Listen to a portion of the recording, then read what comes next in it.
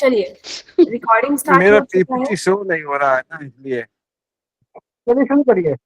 जी चलिए स्टार्ट करते हैं क्लास। मैम अपनी स्क्रीन फुल कर लीजिए। यस सर करेंगे, अभी जो रिकॉर्डिंग स्टार्ट हुआ है अभी सब कुछ करेंगे, आपको सही शो होगा, आप इस चीज की टेंशन ना लें। अभय सर माइक अनम्यूट कर दीजिए सबका। जी चलिए अब सबको स्क्रीन बहुत अच्छे से आई गेस शो हो रही होगी।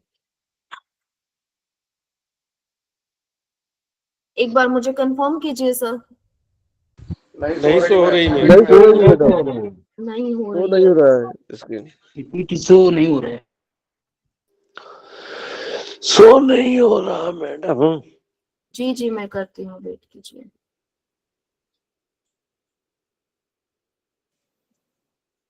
सर अब इसमें कोई प्रॉब्लम आ गया है, यहाँ से नहीं हो पा रहा है।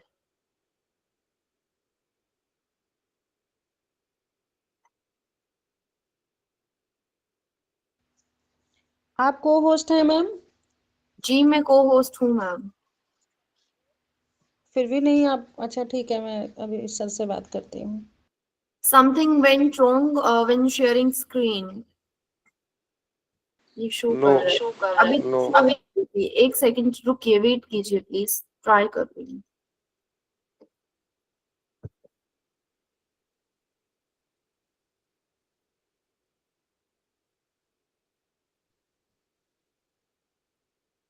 कभी कभी जो है इसमें जो हमारा जो सर ये सिस्टम है इसी में प्रॉब्लम आता है और इसकी वजह से मैम शो कर रही है, शो कर रही है। लेकिन सर इसमें जो है अभी मेरा इंटायर लैपटॉप जो है उसकी इंटायर जो आपको पूरा जितना भी मैं चीज करूंगी वो सब शो होगा, लेकिन जब हम पीपीटी सिर्फ शो करते हैं तो वो नहीं हो रहा, उसमें प्रॉब्लम आ रही है और ये कभी कभी ऐसा आता है, पता नहीं रीजन क्या है। चलिए स्टार्ट करते हैं। मुझे याद दिलाते रहिएगा कि पूरा जो स्क्रीन शेयर हो रहा है ताकि मैं इसको जो है बड़ा रखूं। हो रहा है। नहीं आपकी पीपीटी शो हो रही है, करूंगी तो आपको बहुत छोटा दिखेगा, ठीक है। आपकी पीपीटी शो हो रही है, इंटायर स्क्रीन नहीं शो कर रही है। जो स्क्रीन है पूरी इंटायर नहीं शो कर रही है, खाली आपकी पीपीटी शो हो रही है। नहीं सर अभी वो पीपीटी शो हो रही है, जैसे ही मैं बैक करूंगी तो आपको मेरा जो व्हाट्सएप गूगल लैपटॉप का जो भी है स्क्रीन सब शो होगा। अबे भाई अब शायद रिकॉर्डिंग नहीं हो रही है, देखिए चेक करिए। चलिए अब हम जो क्लास स्टार्ट करते हैं, रिकॉर्डिंग जो है होती रहेगी अब, ठीक है। बहुत लेट हो चुके हैं। ब्लड डिसऑर्डर आज का हमारा टॉपिक है। फर्स्ट है thalassemia, haemophilia and sickle cell disease. 3 blood disorder है जो कि हमारा आरपीडब्ल्यूडी के अंडर जो 21 डिसेबिलिटीज है उनमें इंक्लूड है। तीनों ही अलग अलग से इंक्लूड है, सिर्फ ब्लड डिसऑर्डर से नहीं है। ब्लड डिसऑर्डर जो है, सॉरी एक सेकेंड,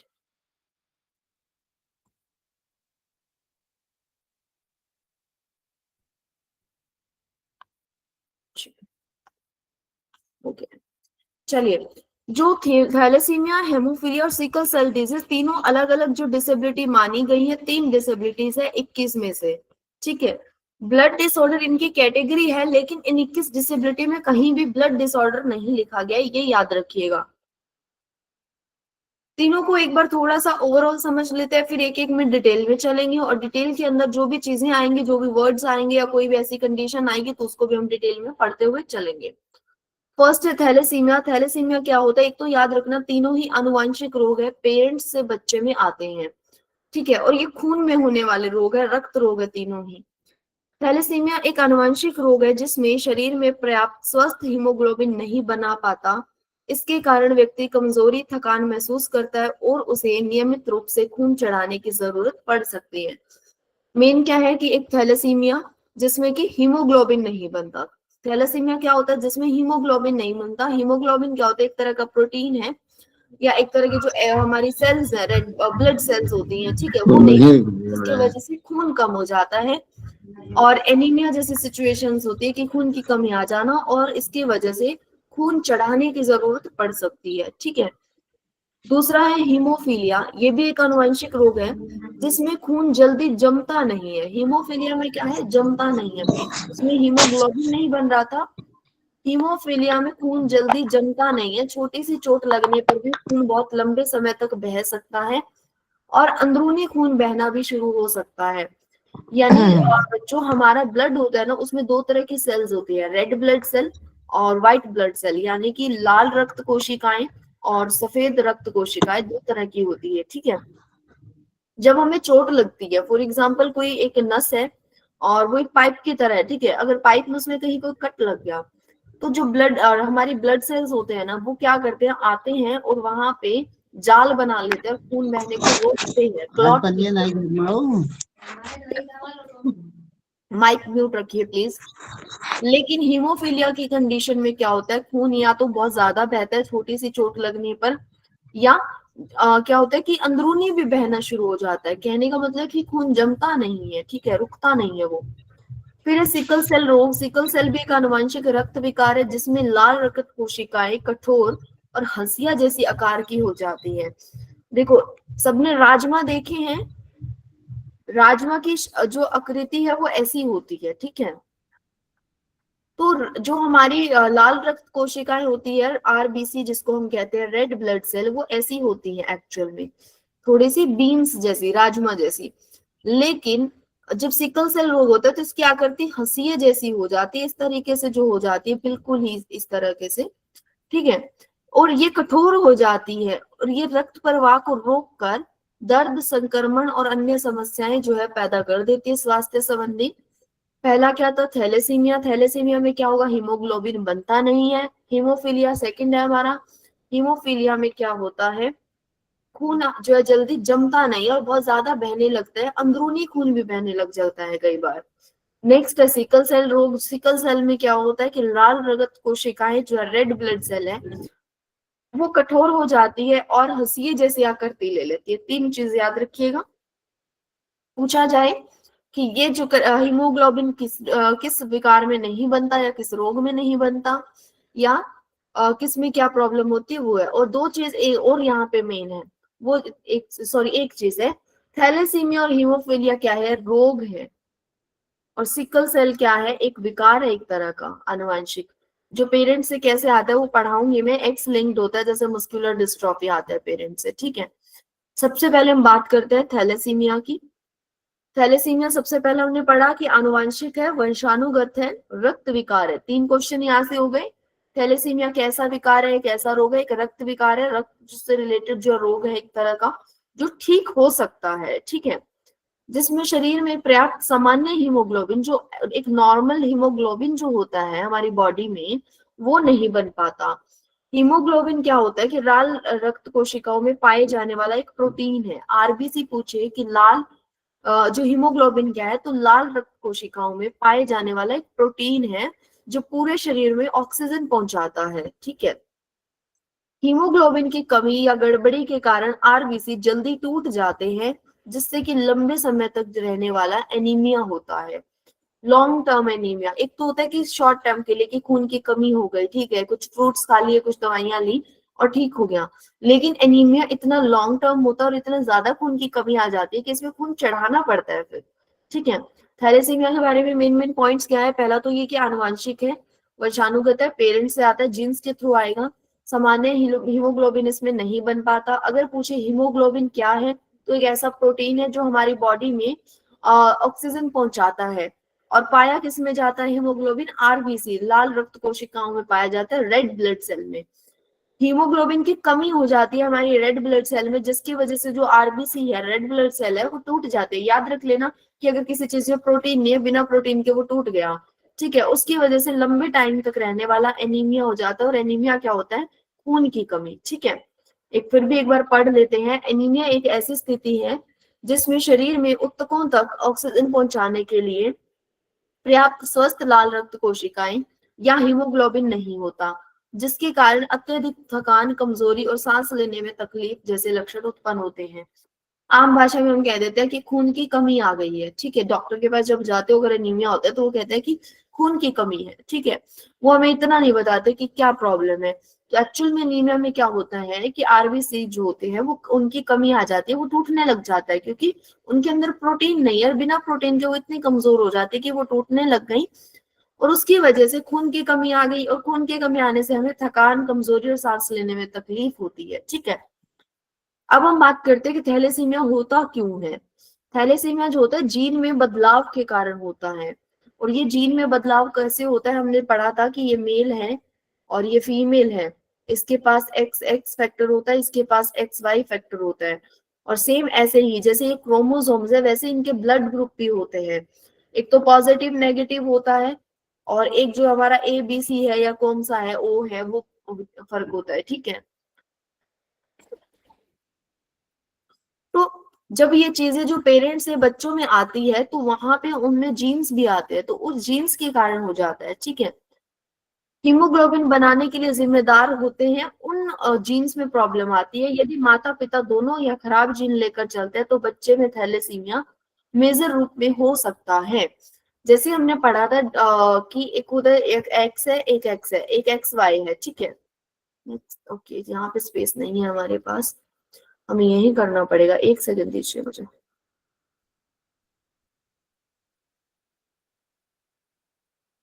चलिए देखो, एक मदर है उसके पास XX जीन है, एक है फादर उसके पास XY है, ठीक है। अब दो केस होंगे कि या तो लड़की बनेगी और जो होने वाला बच्चा या तो लड़की है या लड़का है, ठीक है। लड़की है तो यहाँ से भी X आएगा और यहाँ से भी X आएगा, दोनों X। अगर लड़का है तो यहाँ से X और यहाँ से Y आएगा। अब देखो, अब ये तो फीमेल थी, फीमेल में मान लो ये वाला X डिफेक्टेड था और मेल में ये Y डिफेक्टेड था। अब जब लड़का हुआ तो लड़के में कौन सा Y गया होगा? लड़के में जो Y तो है फीमेल मेल से आ गया, लेकिन अब अगर मेल को Y में है और फीमेल को जो X आया, फीमेल ने अगर ये डिफेक्टेड वाला X दे दिया यहाँ पे तो दोनों में डिफेक्ट आ गया, दोनों ही X और Y जीन्स दोनों डिफेक्टेड है। तो क्या होगा, जो प्रॉब्लम होगी बहुत ज्यादा सीवियर होगी, ठीक है। इस चीज को और डिटेल में भी मैं करवा दूंगी एक बार। अब अगर उसने दिया, इसने X दे दिया सही वाला, जो डिफेक्टेड था वो नहीं दिया, तो इसमें एक X तो ठीक है। अब यहाँ से X अगर डिफेक्टेड था तो यहाँ से क्या होगा, एक X डिफेक्टेड है, यानी 50% चांसेस है अफेक्ट होने के, या 50 से कम होंगे, 50 से ज्यादा नहीं होंगे। अब बात आती है कि अगर दोनों ने डिफेक्ट दिया तो ज्यादा सीवियर होगा, एक डिफेक्ट है तो कम सीवियर होगा, और या फिर कि मदर ने जो रखा था वो अपने पास रख लिया और बच्चे तक नहीं गया। अब लड़की में है तो सही, लेकिन एक ही डिफेक्टेड है दूसरा नहीं है, तो वो कैरियर बन जाता है, ठीक है, जिसमें एक जीन अफेक्ट होता है सिर्फ। तो वो अगर लड़की है जैसे X वाला अफेक्ट और X अफेक्ट नहीं है एक, तो एक में जो लड़की ने पूर्ति कर दी और वो कैरियर बन जाएगी कि वो इस जीन को आगे लेकर जाएगी, हो सकता है उसके बच्चों में आए उसे ना हो, ये ऐसी सिचुएशन हो सकती है, ठीक है।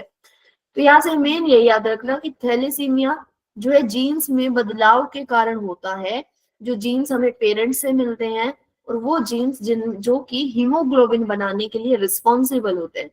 क्योंकि ये जो साइंस की चीजें हैं ये बहुत कंफ्यूजिंग होगी, क्योंकि क्रोमोसोम्स भी डिपेंड कर रहा है और फिर ब्लड ग्रुप भी, कि X जो है पॉजिटिव है या नेगेटिव है। क्योंकि जब हम पढ़ते हैं ह्यूमन ग्रोथ एंड डेवलपमेंट, तो एक सिचुएशन ये आती है जिसमें हमें ये भी जिसमें हम ये भी पढ़ते हैं कि मदर का अगर ब्लड ग्रुप पॉजिटिव है और होने वाले बच्चे का अगर ब्लड ग्रुप नेगेटिव है, सिर्फ मैं पॉजिटिव और नेगेटिव की बात कर रही हूँ, AB की बात नहीं कर रही हूँ, तो ऐसे चांसेस होते हैं कि बच्चा जो होता है वो अपने आप को, क्योंकि मदर से जो ब्लड आ रहा है वो पॉजिटिव ग्रुप का आ रहा है, लेकिन जो बच्चे में डेवलप हुआ वो नेगेटिव हुआ है, तो और बच्चे को ब्लड कहाँ से मिल रहा है, मदर से मिल रहा है। तो ऐसे में प्लेसेंटा जो होती है, जो गर्भनाल जिसको कहते हैं हम, उस प्लेसेंटा में एक इस तरह का सिस्टम होता है कि जो बच्चे के लिए नुकसानदायक होगी जो चीजें, वो उन चीजों को लेती नहीं है, मना कर देती है एक तरह से, ठीक है, एक्सेप्ट नहीं करती। तो ऐसी सिचुएशन में कहा जाता है कि मिस गैरेज यानी गर्भपात होने के चांसेस होते हैं। बट ऐसा कितना परसेंट होगा वो डिपेंड करता है कि बच्चे की इम्यूनिटी क्या है, मदर की इम्यूनिटी क्या है, सब चीजें, बहुत सारी चीजें हैं जो आपस में रिलेट करती हैं। लेकिन ये एक कारण हम पढ़ते हैं बच्चे में डिसेबिलिटी का, ठीक है। तो यहाँ से हमें याद रख लें कि जीन्स में म्यूटेशन यानी जीन्स में बदलाव के कारण होता है, क्योंकि जीन्स जो है कुछ मदर से आ रहे हैं कुछ फादर से आ रहे हैं, उन दोनों को मिलाकर एक बच्चा बन रहा है, तो जीन में बदलाव के कारण होता है और वो जीन्स बदल जाते हैं या उनमें चेंजेस होते हैं जो हीमोग्लोबिन बनाने के जिम्मेदार होते हैं। यदि माता पिता दोनों ही खराब जीन लेकर चलते हैं तो बच्चे में थैलेसीमिया जो है मेजर यानी गंभीर रूप में हो सकता है। ठीक है, अब हम 3 टाइप्स में पढ़ लेते हैं एक बार थैलेसीमिया को, उसके बाद इसके और भी टाइप्स है जैसे अल्फा गामा बीटा। ये है सिवियरिटी के टाइप पे बेस है कि सीवियर कितना है। थैलेसीमिया मेजर एक होता है जो बहुत गंभीर होता है और नियमित रूप से खून चढ़ाने की जरूरत पड़ती है इसमें, और इसके जो लक्षण है बचपन से दिखने लग जाते हैं। फिर है एक थैलेसीमिया इंटरमीडिया यानी कि नॉर्मल मॉडरेट है, मध्यम स्तर का है, कभी कभी खून चढ़ाने की जरूरत पड़ती है, रेगुलर नहीं पड़ती। फिर है माइनर और ट्रेट। थैलेसीमिया माइनर में क्या होता है, बहुत ही माइल्ड फॉर्म है या सिर्फ वाहक व्यक्ति सामान्य रहता है लेकिन जीन बच्चे को दे सकता है। अब इसमें क्या होता है, बहुत ही हल्का रूप होता है, खून की कमी उसमें थोड़ी बहुत रह सकती है लेकिन जो है खाने पीने से या सेहत जो फल फ्रूट्स खा लिए या थोड़ी बहुत दवाइयां ले ली हल्का फुल्का, उन चीजों से कंट्रोल रह सकता है। लेकिन जिसको माइल्ड होगा ना वो कैरियर बन सकता है, कैरियर यानी वाहक, जो खुद को प्रॉब्लम नहीं है लेकिन वो ऐसा जीन लेकर चल रहा है जो आने वाली पीढ़ी में अपने बच्चों को दे सकता है। और बच्चों के पास जब वो जीन जाएगा तो जरूरी नहीं है कि वो माइनर ही रहे, वो इंटरमीडिएट हो सकता है और मेजर भी हो सकता है, कोई भी लेवल हो सकता है। ठीक है, क्योंकि जीन्स जब जाएंगे तो सिर्फ एक ही पर्सन से डिपेंड नहीं करता, मदर और फादर दोनों पे डिपेंड कर रहे हैं। ठीक है, अब जो इसके टाइप्स है वो एक अलग टाइप है, वो है अल्फा, बीटा, गामा और डेल्टा, 3 है नाम। ठीक है, अफेक्टेड चेन होती है ये हमारे ब्लड्स की। फॉर्म आइडेंटिफिकेशन की अगर हम बात करें, deletion 1 to 4 gamma sorry alpha genes, तो ये क्या होता है, इसको थोड़ा सा ना ये कॉम्प्लिकेटेड हो सकता है आपके लिए, तो मैं इजी लैंग्वेज में बताती हूँ कि इसमें इतना हमें याद रखना है कि मेजर कौन सा होगा, ये पूछा जाता है। देखो यहाँ पे लिखा हुआ है माइल्ड, तो अल्फा जो होता है वो क्या होता है, माइल्ड होता है। ठीक है, लेकिन अगर एक जीन अगर साइलेंट है, 2 जीन है तो क्या होगा, माइल्ड है। 3 जीन्स हुए तो थोड़ा मॉडरेट हो जाएगा, 4 हुए तो हाइड्रोप यानी फेटल में होता है जो बचपन में ही हो जाता है। ठीक है, उसके बाद है बीटा। बीटा में क्या है, 1 जीन अफेक्टेड है तो माइनर रहेगा, 2 जीन अफेक्टेड है तो सीवियर हो जाएगा। ये डिपेंड करता है ट्रांसफ्यूजन पे। फिर गामा है, गामा किसको अफेक्ट करता है, अफेक्ट फीटल एचबी, फीटल यानी जो गर्भ में है बच्चा। यूजुअली ज्यादातर माइल्ड होता है ये, और मोस्टली ये फीटस में होता है कि गर्भ में ही होता है, जब बच्चा गर्भाशय में है उसी को, शिशु को होता है, छोटे को। फिर है delta. Delta lower HB haemoglobin A2, इसमें क्या है कि माइल्ड फॉर्म होती है ज्यादातर, ये इतना याद रखना। अब जो मेल पूछा जाता है कि सबसे ज्यादा सीवियर कौन सा होता है, तो वो होता है बीटा, ये याद रखना, ये इंपॉर्टेंट है। सबसे ज्यादा सीवियर जो है वो कौन सा होता है, वो होता है बीटा। ट्रांसफ्यूजन क्या है, जीन्स क्या है, ये बात करेंगे। अब इसमें क्या है, इसमें म्यूटेशन हो रही है, ये भी याद रखना कि बीटा थैलेसीमिया में म्यूटेशन होता है, जीन्स में बदलाव होता है। अल्फा थीमोसीलिया में थैलेसीमिया में डिलीशन हो रहा है जीन्स का, कि जीन्स डिलीट हो जाते हैं, तो उस चीज पे डिपेंड कर रहा है। सिवियरिटी मैंने बता दी है कि अल्फा में अगर 1 जीन है साइलेंट है तो उसको कहते हैं सिम्प्टोमिक, ये आपसे नहीं पूछा जाएगा, ये टेक्निकल नाम हो गया, मेडिकल टर्म्स का है ये हमसे नहीं पूछा जाए। मेन क्वेश्चन पूछा जाता है कि सीवियर कंडीशन में कौन सा होता है, तो वो बीटा थैलेसीमिया होता है। मोस्ट प्रोबेबली ये भी नहीं पूछा जाएगा, अगर पूछा जाएगा तो सिर्फ यहाँ तक। उसके बाद हम चलते हैं, सिम्टम्स क्या होते हैं, लक्षण क्या होते हैं।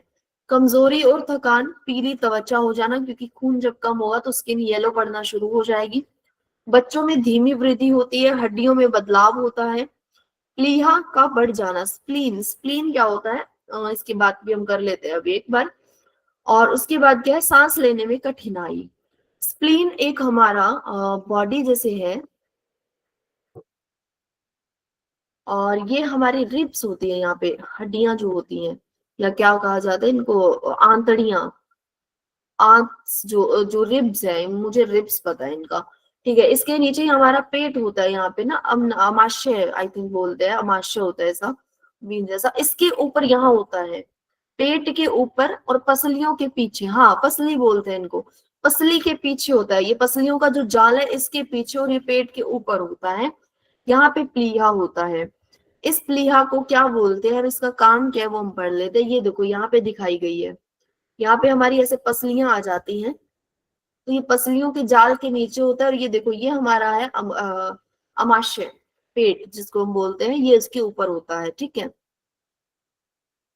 ये क्या करती है, एक रक्त और लसिका प्रणाली का अंग है।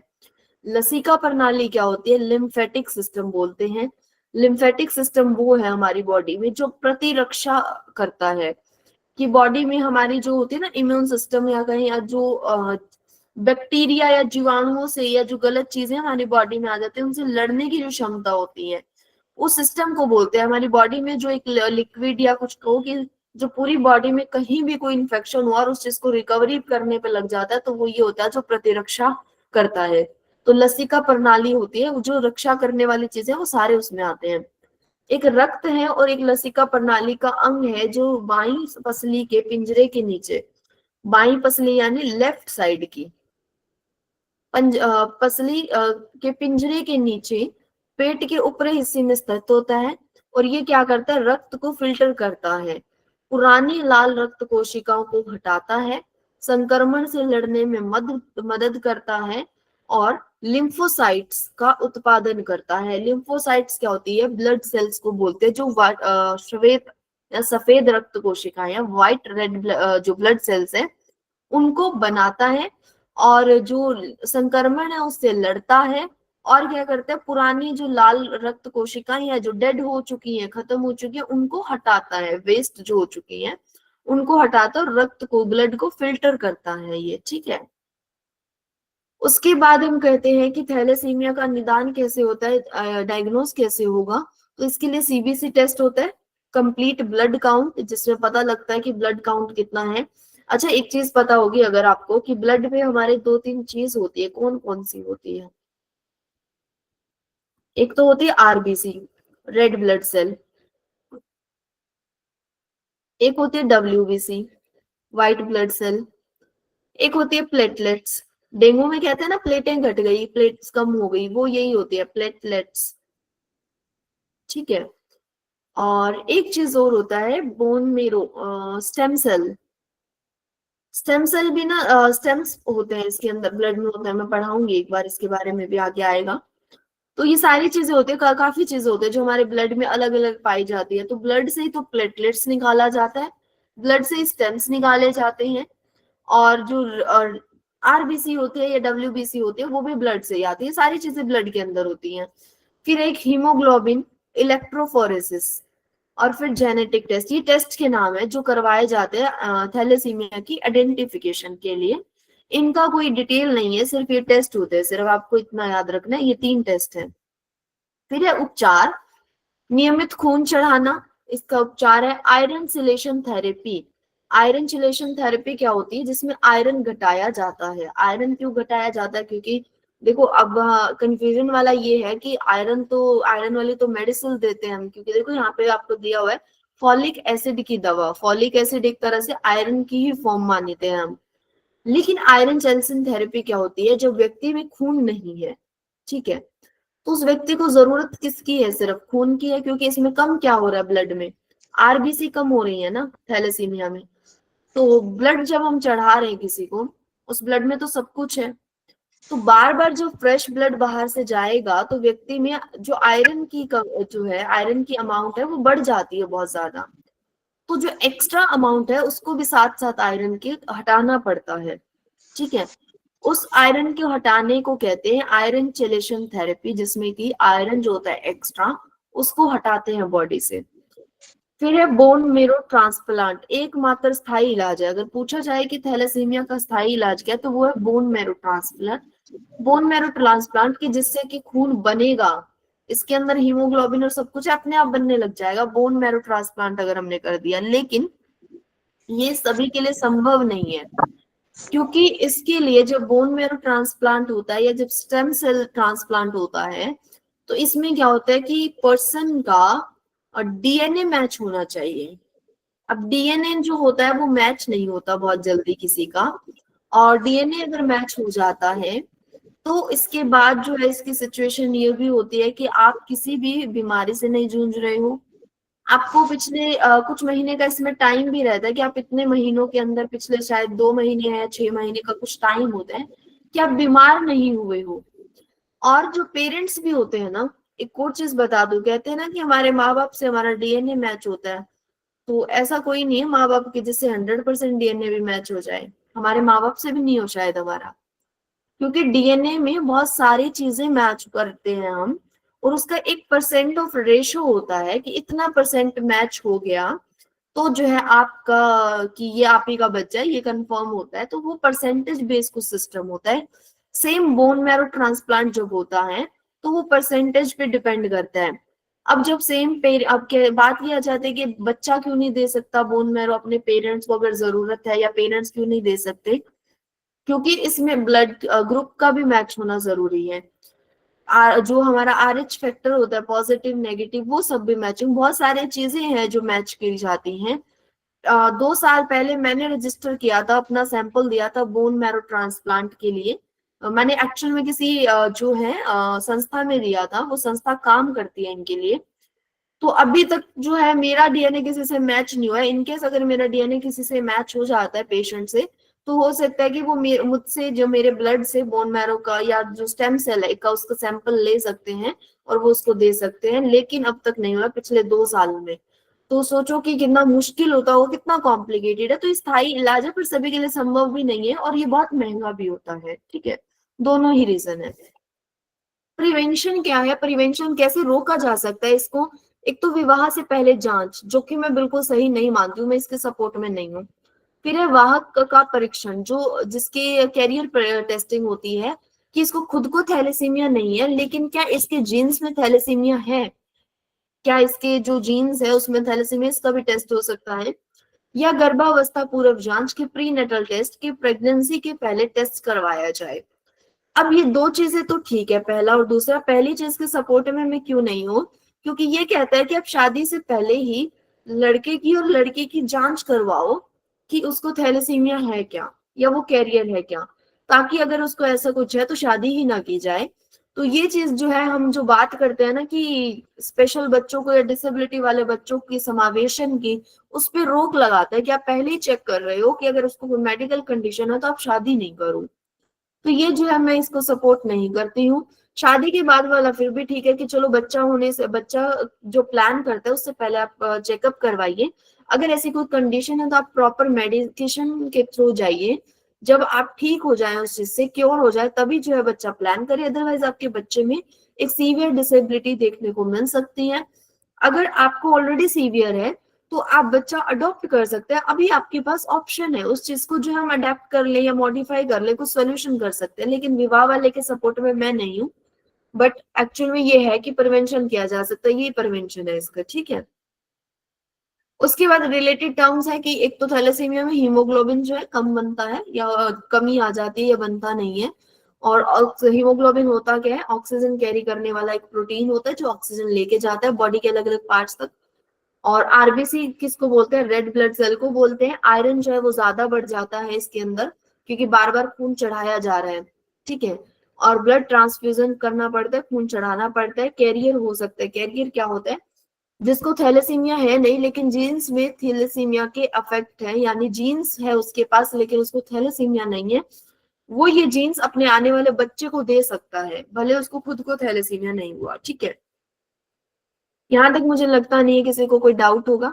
मेन चीजें याद रखना, ज्यादा डीप वाली चीजों पे जाने की जरूरत नहीं है। इतने डीप क्वेश्चन नहीं पूछेगा, क्योंकि हम डॉक्टर नहीं बनने वाले, हम स्पेशल एजुकेटर बनने वाले हैं, टीचर हैं। तो टीचिंग फील्ड से जितना रिलेटेड है, या जो हमारी फूड हैबिट्स है थोड़ी बहुत, कि खाने पीने से रिलेटेड, कि हल्का सा खून की कमी अगर आती है तो हमें हरी सब्जियां या जो फ्रूट्स हैं या वेजिटेबल्स हैं वो खानी चाहिए। उन चीजों से रिलेटेड कॉमन क्वेश्चन हम यहाँ पूछे जाएंगे। उसके बाद हम बढ़ते हैं हीमोफीलिया। हीमोफीलिया क्या है? हीमोफीलिया एक आनुवंशिक जो रक्त विकार है, जिसमें शरीर में कुछ क्लॉटिंग फैक्टर की कमी होती है। क्लॉटिंग फैक्टर यानी जो ब्लड को क्लॉट करता है, रोकता है। जैसे ये हमारी एक नर्व है या नस है पाइप की तरह, यहाँ पे कट लग गया तो यहाँ से जो ब्लड आ रहा है ना, वो क्या करेगा, यहाँ पे एक जाल बना देगा। नॉर्मल सामान्य व्यक्तियों में बता रही हूँ, जिसकी वजह से यहाँ से थोड़ी देर बाद खून आना बंद हो जाएगा। लेकिन जब ये क्लोटिंग जो ये फैक्टर काम कर रहे हैं ना, जो पता लग गया कि अच्छा यहाँ पाइप फटी है, चलो चलते हैं इसको जो स्टिच करके आते हैं, यहाँ से खून नहीं निकलना चाहिए, तो वो वाला फैक्टर जो होता है उसकी कमी आ जाती है, जिसके कारण खून ठीक से जमता नहीं है और इसीलिए छोटी सी चोट से भी खून जो है लंबे समय तक बह सकता है। ये भी हीमोफीलिया भी माता पिता से मिलने वाले खराब जीन के कारण होता है और जो है अधिकतर माँ से बेटे में जाता है, एक्स लिंक्ड रोग है, अधिकतर माँ से होता है। एक और हमने एक्स लिंक्ड रोग पढ़ा था, वो कौन सा पढ़ा था? मस्कुलर डिस्ट्रॉफी, जिसमें कि मदर को जिसमें एक्स जो फैक्टर होता है वो अफेक्टेड होता है। तो इसमें भी याद रखना जो हेमोफीलिया है वो एक्स लिंक्ड रोग है, जिसमें जो एक्स फैक्टर होता है वो अफेक्टेड होता है, क्योंकि फीमेल को होता नहीं है, फीमेल से ही ज्यादा जाता है, क्योंकि बेटे में मदर फादर से क्या आएगा? फादर से तो वाई फैक्टर आ रहा है, तो मदर से ही एक्स जा रहा है, तो एक्स लिंक वाला तो है मदर से ही होगा, बाप जो पिता है हमारा उनसे नहीं होता। ठीक है, फिर टाइप्स हीमोफीलिया के दो टाइप है, ए और बी। और जो ए में क्या होता है, लाइक फैक्टर होता है, ये रोमन काउंटिंग में लिखा हुआ है 8 5, और जो 3 का मतलब है 5 + 3 8 हो गया। हीमोफीलिया ए में होता है जो एक फैक्टर है 8, उसकी कमी होती है, और हीमोफीलिया बी में क्या होता है, फैक्टर 9 होता है, इसकी कमी होती है, ये याद रखना। और फैक्टर हमने क्या पढ़ा, एक तरह का ऐसा फैक्टर जो कि क्लोटिंग पे काम करता है। फिर उसके बाद जो है वो है सिम्टम्स। चोट से लंबे समय तक खून बहना इसका सिम्टम है। जोड़ों में खून का जमा होना, दर्द और सूजन होना, त्वचा पर आसानी से नीले निशान, जैसे नील जम जाता है ना आसानी से, हल्का सा लगा तब भी हो गया, टच होते ही, जैसे किसी को ना ये भी होता है हाथ लगे तो भी खून जो है जम जाता है, ये ऐसा ज्यादातर उसमें देखने को मिलता है हेमोफीलिया में। नाक से खून आना, नोज ब्लीडिंग, एक नॉर्मल करती है लेकिन एक बहुत ज्यादा करना, बार बार करना। गंभीर मामलों में अंदरूनी खून बहना। तो इस तरह के जो सिम्टम्स हैं हीमोफीलिया में देखने को मिलते हैं, क्योंकि वो खून जो है अंदर ही अंदर बहता रहता है और नीले नीले जो है निशान पड़ जाएंगे बॉडी पे, और हमें पता नहीं लगता कि ब्लीडिंग हो रही है। उस चीज को सीरियस लेना चाहिए कई बार अगर ज्यादा हो रहा है। डायग्नोज क्या है कि एक तो क्लॉटिंग फैक्टर की जांच की जाती है कि क्लॉटिंग फैक्टर अब्सेंस है या प्रेजेंट है, वो देखा जाएगा। फिर खून जमने की जांच की जाती है कि कितना जम रहा है और किस लेवल तक है, वो चीज होगी। और फिर जेनेटिक टेस्ट होता है जिसमें पता लगता है कि जीन से कुछ हमारे जीन्स में ऐसा कुछ है क्या। ठीक है, उसके बाद ट्रीटमेंट जो है क्लॉटिंग फैक्टर को रिप्लेस कर देना। हीमोफीलिया में क्या होता है, खून जमता नहीं है, और जमता किसकी वजह से नहीं है, जो एक क्लॉटिंग फैक्टर होता है उसकी वजह से। तो अगर हम उस क्लॉटिंग फैक्टर को चेंज कर देंगे, रिप्लेस कर देंगे बॉडी में, तो जो है इससे ठीक किया जा सकता है। दूसरा, चोट से बचना और सुरक्षित जीवन शैली, कि चोट से जितना ज्यादा हो सके बचे, क्योंकि एक बार चोट लग गई तो जो ब्लीडिंग नहीं रुकेगी, बहुत ज्यादा खून बह जाएगा। जोड़ों के दर्द के लिए दवा और फिजियोथेरेपी। गंभीर रोगियों में नियमित प्रोफिलैक्सिस होता है, कि प्रोफिलैक्सिस भी हम पढ़ लेंगे एक बार क्या होता है पूरा प्रोसेस। अगर किसी को गंभीर रोग है हीमोफीलिया का, तो प्रोफिलैक्सिस किया जाएगा। ये एक तरह की थेरेपी या एक मेडिकेशन की तरह आप मान सकते हो अभी के लिए। ठीक है, ओके। नेक्स्ट हम चलते हैं की पॉइंट्स क्या है। मोस्टली ये ज्यादातर बॉयज को होता है। ठीक है, लाइफ लॉन्ग कंडीशन है, और जो है इसको सॉरी हम इंग्लिश पे चल पड़े, अधिकतर लड़कों में होता है। आजीवन रहने वाला जो रोग है, ये संक्रामक नहीं है, फैलता नहीं है, एक दूसरे से नहीं फैलता, एक व्यक्ति से दूसरे व्यक्ति को नहीं होता है, क्योंकि ये जीन से ही आ रहा है। यहाँ तक जो हमारा हीमोफीलिया था। अब हम चलते हैं सिकल सेल डिजीज पे। तीनों ही जो है थोड़ी थोड़ी सिमिलर भी हैं और अलग पूरी तरह से। हम ये नहीं कह सकते कि जो अलग नहीं है, पूरी तरह से अलग है। अब जो है सिकल सेल डिजीज में क्या हो रहा है, ये भी आनुवांशिक विकार है, लेकिन इसमें क्या होता है, असामान्य हीमोग्लोबिन के कारण लाल रक्त कोशिकाएं हंसिया आकार की हो जाती है। पहला क्या था, हीमोग्लोबिन बन नहीं रहा था, एचबी जो है बन नहीं रहा था। दूसरे में क्या था कि जो ब्लड है वो रुक नहीं रहा था, आउट ऑफ कंट्रोल था, कि चोट लग गई तो भी बह गया, चोट नहीं लगी तो अंदरूनी भी बहने लग गया, कि रुकता नहीं है, चलता ही रहता है, कहीं ना कहीं अपनी जगह ढूंढ लेगा, एक तरह से हम कह सकते हैं। फिर जो है हंसिया आकार की है। इस सिकल सेल डिजीज में क्या होता है, जो लाल रक्त कोशिकाएं एक्चुअल में हमारी ऐसी होती हैं, और ये क्या होती है, हंसिया आकार की हो जाती हैं, और ये असामान्य हीमोग्लोबिन के कारण होती है। इसके टाइप्स हैं HBSS, HBSC, HBS beta thalassemia, या अदर रेयर वेरिएंट। तो ये थोड़े से नेम कंफ्यूजिंग हो सकते हैं। सबसे पहला सिकल सेल अनीमिया, जिसमें कि मोस्ट सीवियर और मोस्ट कॉमन फॉर्म है, सबसे ज्यादा यही वाली होती है, सबसे आम और गंभीर प्रकार है। इसमें क्या होता है कि खून की कमी आ गई, क्योंकि आरबीसी जो है रेड ब्लड सेल है, क्योंकि वो तो है जो हमारी हंसिया आकार की बन गई है अब बिल्कुल, तो वो किसी काम की नहीं रह गई है। तो ये सबसे जो है सीवियर वाला फॉर्म है, मोस्ट कॉमन फॉर्म है, ज्यादातर यही होता है, खून की कमी आ जाती है। फिर है वन सिकल जीन, एक जीन तो सिकल का होगा, एक जो होगा वन अबनॉर्मल सी जीन होगा, ठीक है, इसका संयोजन हो जाता है तो इसको कहते हैं haemoglobin HbSc, sickle cell. SC का मतलब सिकल सेल है, ठीक है। नेक्स्ट है बीटा थैलेसीमिया। बीटा थैलेसीमिया में क्या है, कॉम्बिनेशन होता है सिकल जीन और थैलेसीमिया जीन का। कि थैलेसीमिया जीन जो थे ना, थैलेसीमिया में जो जीन हम पढ़ रहे थे कि जिस तरह का होना है, वो यहाँ पे सिकल सेल के साथ कॉम्बिनेट हो जाता है। कि सबसे पहले में क्या हो रहा था, हमने पढ़ा ना कि HbS जो HB है बन नहीं रहा था, यहाँ पे एक तो हीमोग्लोबिन नहीं बन रहा, दूसरा क्या हो गया कि जो आरबीसी है ब्लड में वो भी हंसियाकार की होती जा रही है। तो दोनों चीजें जो मिक्स हो गई यहाँ पर एक तरह से। फिर रेयर वेरिएंट है जो HbSD HbSc, ये बहुत ज्यादा कॉमन नहीं है, बहुत ही कम रेयर होने वाले हैं, लेकिन कोजेस जो है इनके सिमिलर हो सकते हैं बाकियों के ही, और बहुत ही रेयर पाए जाते हैं ये वाले। तो मेन एक ही है जो हमारा याद रखने वाला है, HbSs सिकल सेल एनीमिया। और ये HbSs भी कम ही पूछेगा, सिकल सेल एनीमिया नेम से ही पूछेगा, जो मोस्ट सीवियर और मोस्ट कॉमन फॉर्म है। अगर पूछा जाए सिकल सेल का कौन सा टाइप है जो ज्यादातर पाया जाता है, ज्यादातर होता है या कॉमन है, आम है सबसे, वो सिकल सेल एनीमिया है, और उसको HbSs जो है रिप्रेजेंट करता है, ठीक है। इसमें जो तेज दर्द के दौरे पड़ते हैं, सिकल सेल क्राइसिस होते हैं, दीर्घकालीन अनीमिया इसमें हो जाता है। और थैलेसीमिया में भी हमने पढ़ा था कि दीर्घकालिक अनीमिया हो जाता है कई बार, अगर सीवियर थैलेसीमिया है तो। थकान और कमजोरी महसूस होगी, हाथ पैरों में सूजन आ जाएगी, बार बार संक्रमण होना, इन्फेक्शन हो जाना, बच्चों में धीमी वृद्धि, कहते हैं ना कि खून में इन्फेक्शन हो गया, तो वो इसमें होता है ज्यादातर। पीलिया हो जाना, क्योंकि देखो आरबीसी जो है हमारा, आरबीसी जो है वो हंसियाकार की होती जा रही है, यानी खराब होती जा रही है ना, इफेक्टेड होती जा रही है। तो हमारी जो बॉडी है या हमारा ब्लड है वो रेड किससे होता है, वो लाल रक्त कोशिकाओं से होता है। तो अगर लाल रक्त कोशिकाएं नहीं होगी तो बॉडी जो पीली पड़नी शुरू हो जाएगी एक तरह से।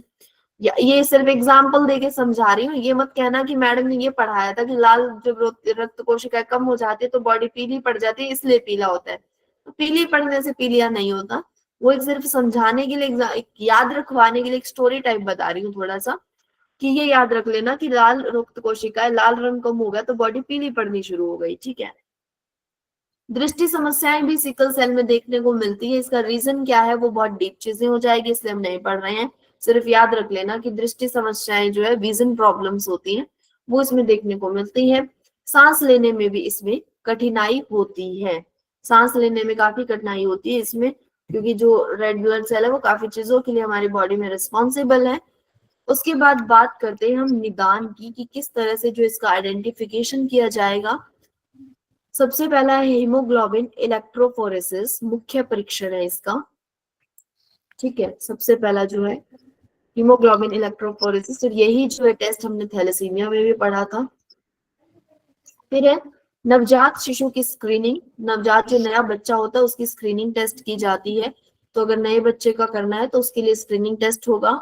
सीबीसी ब्लड काउंट, अपना करो, माइक म्यूट कीजिए प्लीज, जो बोल रहे हैं अपना करो, हमें भी सुनाई दे रहे हैं और हम जो है सबके लिए कर रहे हैं, ठीक है।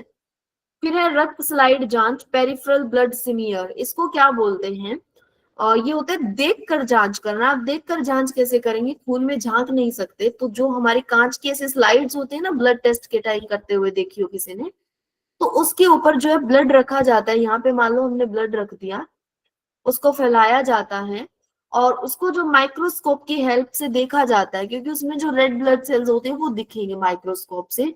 और सिकल सेल्स किसको बोलेंगे, जो हंसिया आकार की बन गई है, ठीक है। तो उन सेल्स को देखा जाता है, अगर वो दिखाई देता है इट मीन जो सिकल सेल है। तो ये जो है पेरिफेरल ब्लड स्मीयर बोलते हैं, रक्त स्लाइड जांच। एक जेनेटिक टेस्ट। जेनेटिक टेस्ट जो तीनों में कर सकते हैं क्योंकि तीनों ही आनुवंशिक जो है विकार हैं। उसके बाद जो है इसके उपचार क्या है? सबसे पहला कि सबसे ज्यादा पानी पिए, पर्याप्त पानी पिए, एडिक्वेट फ्लूइड्स जरूरी है। और दर्द नियंत्रक दवाएं जो है, पेन किलर जो मेडिसिन है जो पेन को मैनेज करें, कंट्रोल रखे, वो दवाइयां। और हाइड्रोक्सी यूरिया जो है या हाइड्रोक्सी क्या होता है, क्राइसिस की संख्या कम करता है। क्राइसिस क्या था? देखो क्राइसिस हमने अभी पढ़ा था, पीछे कहाँ गया, ये रहा, सिकल सेल क्राइसिस।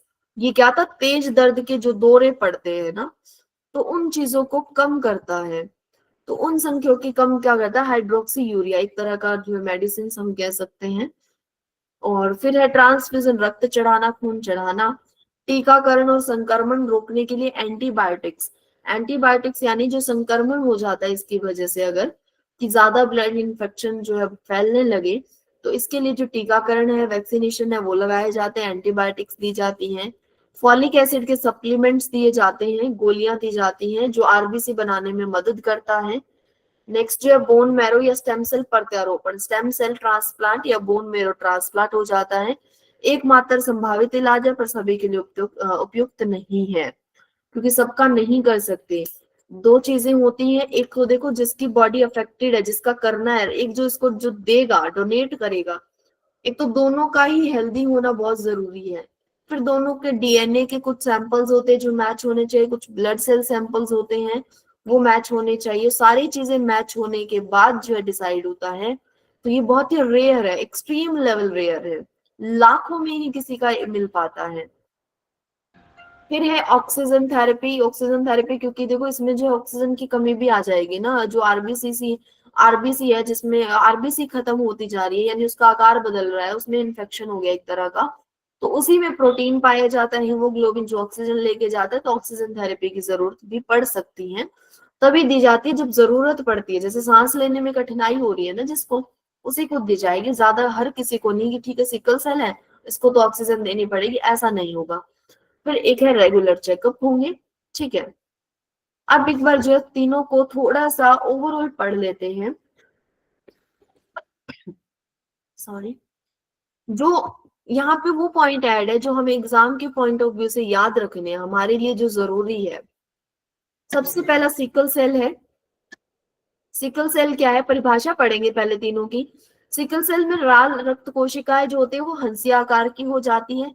थैलेसीमिया में हीमोग्लोबिन कम हो जाता है या बनता नहीं है। हीमोफीलिया में रक्त जमने में कमी हो जाती है, अत्यधिक खून बहता है, ठीक है। तीनों में डिफरेंस क्लियर हो गया साथ में। फिर है विरासत की, मिलता कैसे है, ये आता कैसे है। ये है ऑटोसोमल रिसेसिव, ये भी ऑटोसोमल रिसेसिव है, और ये एक्स लिंक्ड है। ऑटोसोमल क्या है मैं पढ़ाऊंगी अभी। एक्स लिंक्ड क्या है कि सिर्फ एक्स फैक्टर से आता है, ठीक है। और ज्यादातर एक्स लिंक्ड से आने वाले ज्यादातर मदर से आते हैं। मुख्य समस्या रक्त प्रवाह का रोकना। अब इसमें क्या है, देखो कि जो हंसिया है, लाल रक्त कोशिका है, वो हंसिया आकार की हो गई है, तो रक्त प्रवाह रोकना और दर्द या एनीमिया होना कि प्रवाह जो होता है वो कम हो जाता है, रुकने लग जाता है, ठीक है।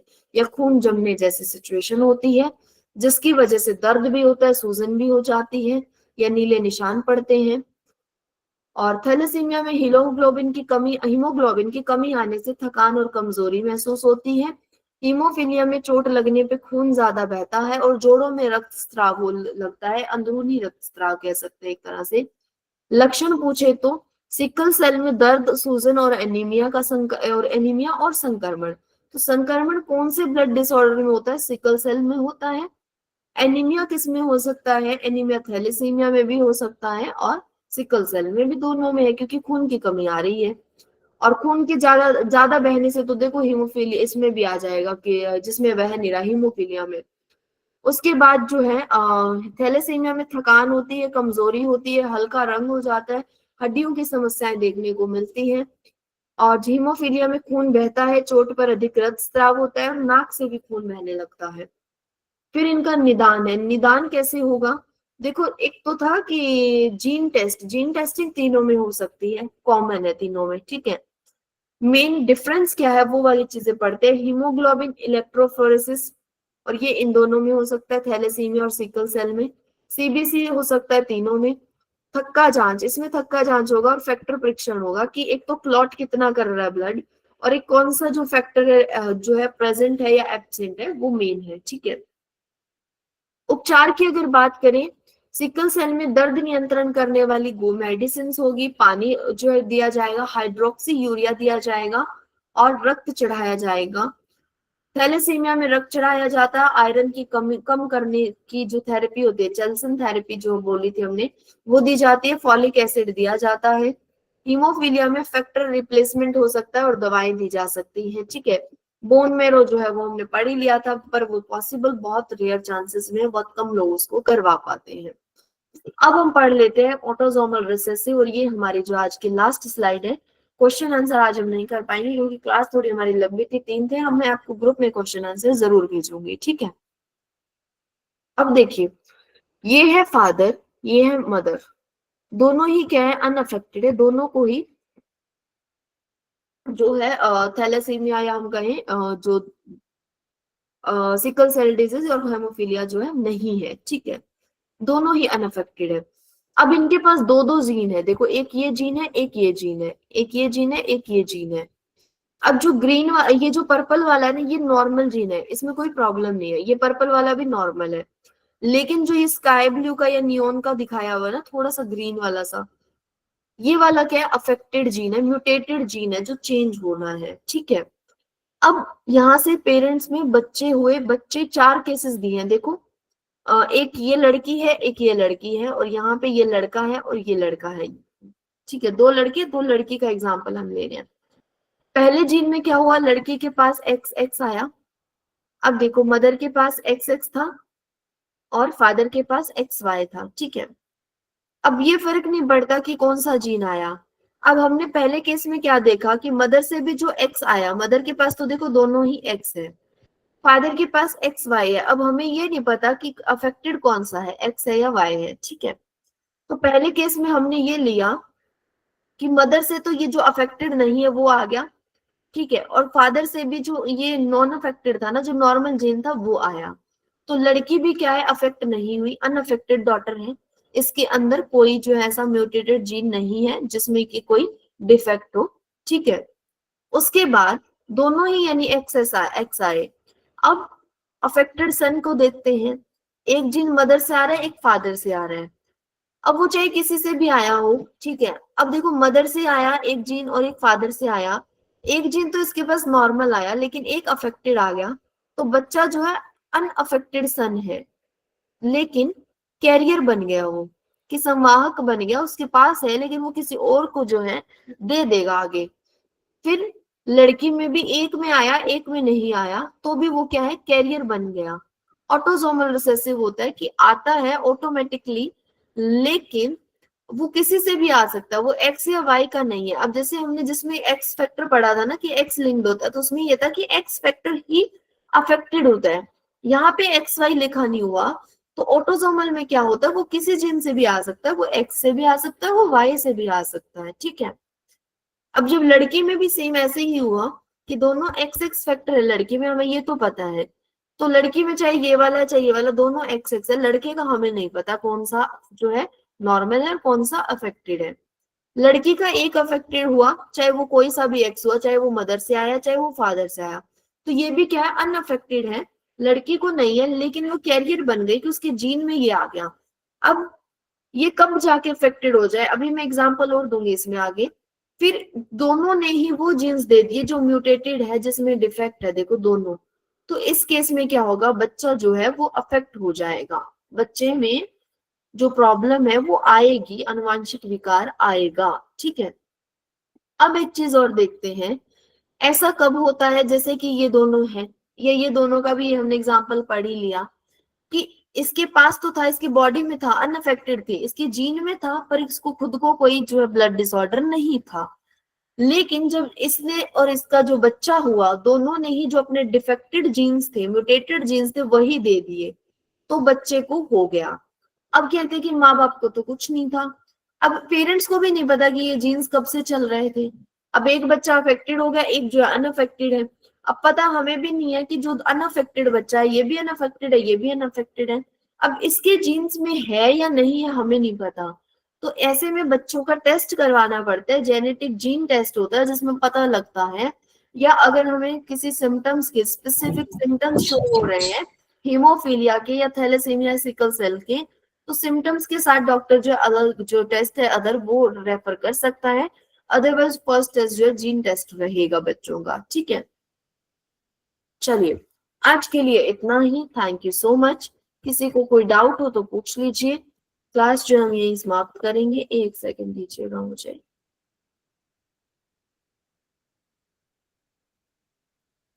चलिए, हाँ जी बताइए। No doubt Dharmendra sir. Okay, देखिए मेन ये है कि ज्यादा डिटेल में ही चीजें मैंने पढ़ाई है, लेकिन अगर फिर भी किसी को और डिटेल में करना हो आप याद रख लीजिए पूरा। अदरवाइज जो मेन ये है कि एक तो आप इस डिसेबिलिटी को या ब्लड डिसऑर्डर को आइडेंटिफाई कर लें कि किस में क्या प्रॉब्लम होती है, सिम्टम्स क्या है, बस। ठीक है, ये पूछा जाता है। और इसका उपचार क्या है, या स्थायी रूप से होता है, या बस ये चीजें मेन है। बाकी इसमें से कुछ क्वेश्चन ज्यादा नहीं आते हैं, या फिर इसमें मैचिंग पूछी जा सकती है कि ब्लड डिसऑर्डर दिए हैं और उनके सिम्टम्स दिए हैं, या उनकी परिभाषा या पहचान दी है कि किसमें ब्लड क्लोटिंग नहीं होती है, किसमें जो है हीमोग्लोबिन नहीं बनता, या किसमें जो आकृति हंसी जैसी हो जाती है आरबीसी की। मैचिंग करवानी जो हो सकता है, कूट में से आंसर सिलेक्ट करना पड़ सकता है। सर 501 ज्वाइनिंग हो चुकी है आज, ये ऐसा कैसे हो चुका है?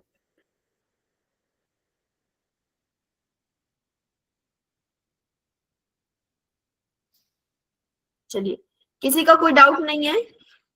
हेलो मैडम जी, नमस्ते। हाँ जी, रिलेटेड क्वेश्चन आंसर आपके ग्रुप में आ जाएंगे सर। हाँ जी बताइए। मैडम जी ये पूछ रहा हूँ कि जैसे कि मम्मी और पापा दोनों इफेक्टेड हैं, जी तो जो जो बच्चा होगा तो दोनों अगर वो कैरियर है तो बच्चा होगा तो फिर मेजर में जाएगा ना वो? जी जी जी जी, ये अफेक्टेड होगा बच्चा। चलिए, और कोई क्वेश्चन? भाई ये कौन है जो कमेंट बॉक्स में लिख रहे हैं? पुष्पेंद्र जी कह रहे हैं कि मेल में एक्स एक्सपेक्ट होता है। कहाँ पे पढ़ा है आपने सर? किसी और ने भी पढ़ा है ऐसा? कोई नहीं पढ़ा है मैडम। एक्स वाई जेंट्स का होता है, एक्सेस महिला का होता है। जी, तो पुष्पेंद्र सर जी आपने जो है या तो कहीं गलत पढ़ा है या फिर आपको कोई कंफ्यूजन है, आप चेक कीजिए। मेल में एक्स वाई होता है, फीमेल में एक्स एक्स क्रोमोसोम होते हैं। ये तो जो है हमारा 10th क्लास का टॉपिक है सर। 10th में भी तो उससे पहले आ जाता है, अब तो 8th में आ जाता है। मैडम जी तो ये तो प्रक्रिया आगे चलती रहे, पीढ़ी दर पीढ़ी होती जाएगी अगर वो अफेक्टिव रहेंगे तो। जी सर, चलेगी ये तो। कहीं ना कहीं जाके हो सकता है, देखिए किसी का इम्यून सिस्टम भी अच्छा स्ट्रांग है, या फिर उसने प्रॉपर मेडिकेशन लिया और जो है बच्चा एक बच्चे में नहीं आया तो नहीं चलेगी। जैसे हमने लास्ट में पढ़ा ना कि बच्चा जरूरी नहीं है कि होने वाले सारे ही बच्चे अफेक्टेड होंगे, तो कहीं ना कहीं जाके रुक भी तो सकता है ना।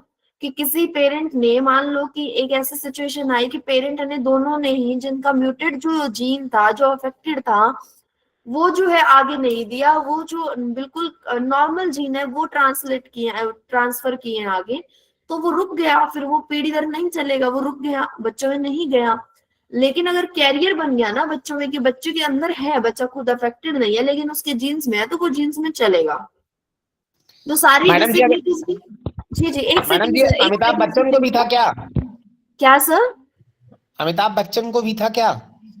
सर ये मुझे नहीं पता है, सॉरी। अल्टरनेशन ऑफ जनरेशन होता है क्या मैडम ये? जी ऐसा हो देखिए, अगर जो कैरियर है ना, फॉर एग्जांपल पेरेंट्स को था और पेरेंट्स ने एक जीन, बट फिर भी उनका एक जीन अफेक्टेड था और एक नहीं था, और अगर था तो देखो बच्चों में है ही, और अगर नहीं था अफेक्टेड, जो जीन नहीं आए, तो फिर बच्चा कैरियर बन गया तो रुक गया। अब बच्चों ने आगे ट्रांसफर किए, तो वो आगे वालों को भी अगर ट्रांसफर नहीं किए तो वो रुक जाएगा वहां पे। ठीक है, और जो कैरियर वाला है कि जीन्स में चल रहा है लेकिन एक्टिव किस पीढ़ी में जाके होगा वो हमें भी नहीं पता। इसीलिए हम किसी भी डिसेबिलिटी को जब पढ़ते हैं तो हम कहते हैं कि जरूरी नहीं है कि माँ बाप से आया हो, इससे पहले दादा दादी, नाना नानी, पर नानी तक भी हो सकता है।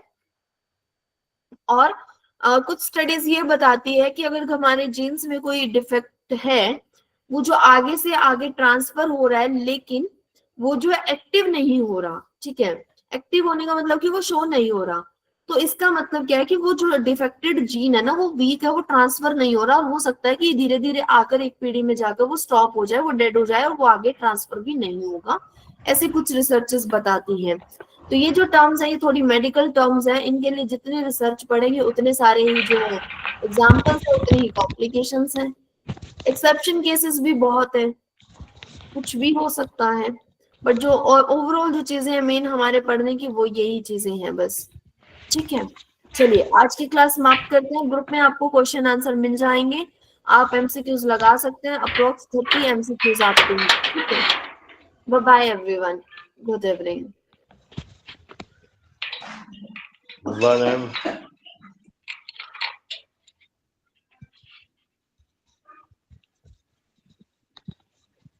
Thank you.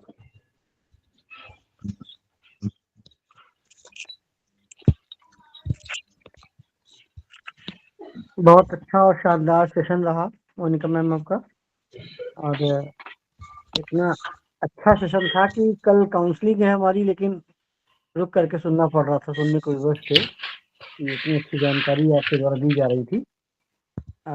साथियों को भी समझ में आ रहा था, सब इंटरेस्ट भी ले रहे थे, अच्छे क्वेश्चन भी आ रहे थे। क्वेश्चन आपको ग्रुप पे मिल जाएंगे। बाकी अच्छे अच्छे क्वेश्चन आप लोग ग्रुप में डिस्कस जरूर कर लिया करिए। अच्छा पटल है ये, ताकि जो जिसका आंसर नहीं मिलेगा तो खोज के निकाला जाएगा। एक ऐसा मंच होता है जहाँ पे सारे बुद्धिजीवी एक मंच पे होते हैं, और पढ़ने वाले बुद्धिजीवी होते हैं। बहुत लोग जो नहीं पढ़ना चाहते वो जुड़ने का प्रयास भी नहीं करते, और कुछ दुर्भाग्यशाली होते हैं जो पढ़ना वाले हैं लेकिन जुड़ नहीं पाते। तो यहाँ सौभाग्यशाली पढ़ने वाले जुड़े हुए हैं। सर तो यही ऐसे में समस्या हमारे साथ भी है सर। हम बहुत आधा घंटा रोज करते तब हमारा जुड़ता है सर। अभय भाई आपको कल के लिए बहुत बहुत बधाई। बहुत बहुत धन्यवाद। आप लोग की शुभकामनाएं, आशीर्वाद मिल रहा है, मनोबल अपना उच्च शिखर पे है। जो अभी हम लोग आगे जा रहे हैं, अभी आगे चल करके आप लोग को खींच के ऊपर लेके जाना है। ये प्रयास तो ये कि आपका साथ ही हाथ बड़प्पन है बढ़ाना सर है। जी। हम सब जब बढ़ेंगे तब सेलिब्रेशन होगा। अभी तो ये है ना कि ड्रिल करते हैं ना, सुई जब किसी दीवार में छेद करना होता है तो नुकीली चीज अंदर जाती है, और फिर उसके बाद जी जी जी अंदर जी जी। छेद होता जाता है, और पूरी कील अंदर चली जाती है।